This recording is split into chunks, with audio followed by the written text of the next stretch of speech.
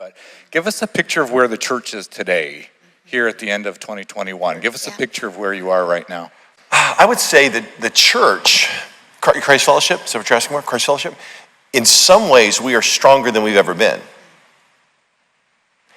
Because the intensity and the battle and the strain has strengthened us. We have muscles that are bigger now that we didn't have back at the beginning of 2020, because we have muscles we had to use that we didn't even know we had, right? We're also better in some ways because there's been pruning that's happened. And pruning is painful. I'm not downplaying the pain, and we can talk about that if you want to.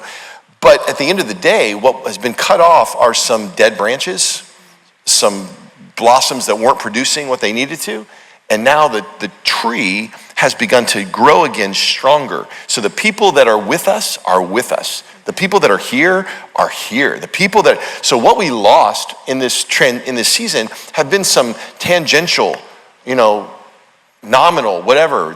I don't know what they were, right? I thought they were, but they're gone. And so I'm like, as hard as that was, and I'll be happy to tell you how many tears I cried over it. I'm not discounting it. I believe we're in a strong place. How would you add, babe? Well, I think that you're absolutely right. It was a difficult season, but the church itself is stronger than ever. And part of that's the pruning process. And part of it was because, as we were getting ready to come back, we recognized that all of our team and multiple campus pastors, that there was this tendency to look back at how things were. And everything that we were doing, like how many people showed up those first couple of weekends, how many people were in student ministries, we were constantly comparing that to a number that existed in 2019. And it was getting very discouraging. As a matter of fact, when our friends, like in Texas, they went back to church before we did. And I remember talking to one of my friends, she's like, just wait till you come back, because you are gonna cry. It was so beautiful having everybody back together again. And I mean, there were just such tears of joy. Well, when everybody came back that first weekend, there were tears. They were not tears of joy. No. When you're looking around at 30% of the people, and by the way, nobody talks in numbers anymore, everybody talks in percentages, but 30% of who, who's in the room. I mean, I was like, what are we gonna do? And I found myself, instead of being in expectation mode, I was in evaluation mode.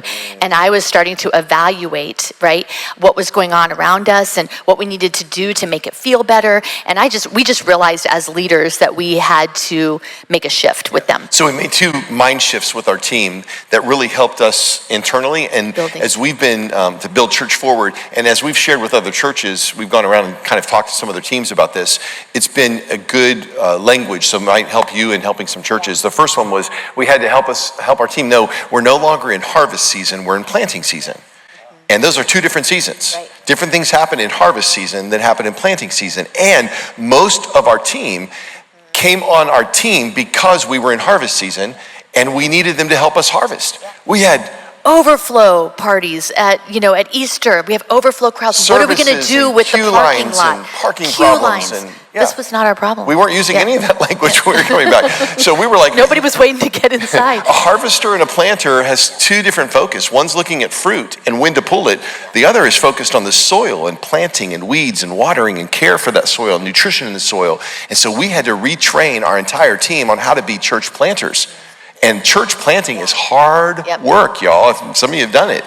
So it was a different skill set that we had to bring out. Yeah, and instead of counting the fruit, it was like, instead we're going to start counting the seeds, right? We're going to start counting the seeds that are planted. Like, how many phone calls did you make this week that had meaningful ministry conversations? How many older people in our congregation who have no idea how to get on the Zoom did you help get on the Zoom so they could participate in a small group? So these were all planting things that they had to learn a new language. And there was this verse that kind of became a little bit of a mantra verse. It's Ecclesiastes 11:6. It says, "Get up early and sow your seed, and in the evening find worthwhile things to do."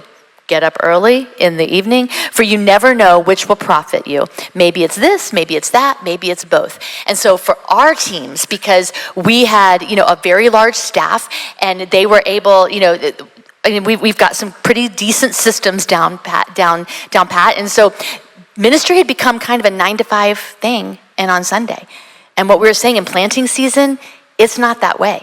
You're going to be sowing seed in the morning, in the evening, and you just don't know which one's going to work. And so what you used to do doesn't work anymore. And we even challenged them, and just so you know, when I say this, nobody did quit over this, but we challenged them. We're like, we know you didn't sign up for planting season. You signed up in harvest season. So we understand if you can't do this, but this is what we're doing. We're building church forward, we're planting, and so if you can't be on board, we totally understand it, but this is what we're gonna have to do. So, gone are the days when it might be as simple and straightforward. And so there were a lot of things that, that we had to throw out a lot of seed in that season. So things that they hadn't done before. And, I think the other thing is that most of our team members in most churches that you guys probably consult with is that, they came in as specialists. If you were on the IT team, on the student ministry team, we were just in a strong enough situation where they could come in and be specialists, and that's why we would hire them. And during this season, building Church Forward, we realized that we couldn't have a bunch of specialists, because if people weren't showing up, if people weren't there on Sunday, half as many people, that connections, that groups, those particular roles didn't have the same job to do as they did before.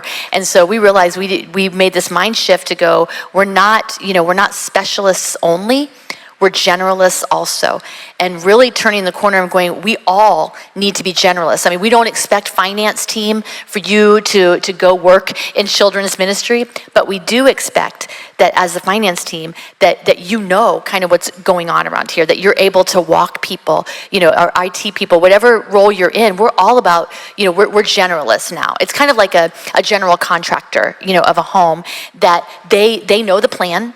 They have a general knowledge of what's going on in the building of the whole house, right? And they may not do the plumbing, but they know that the plumbing needs to be done. And they know where the sink is, and they know where the toilet's going to go. They know.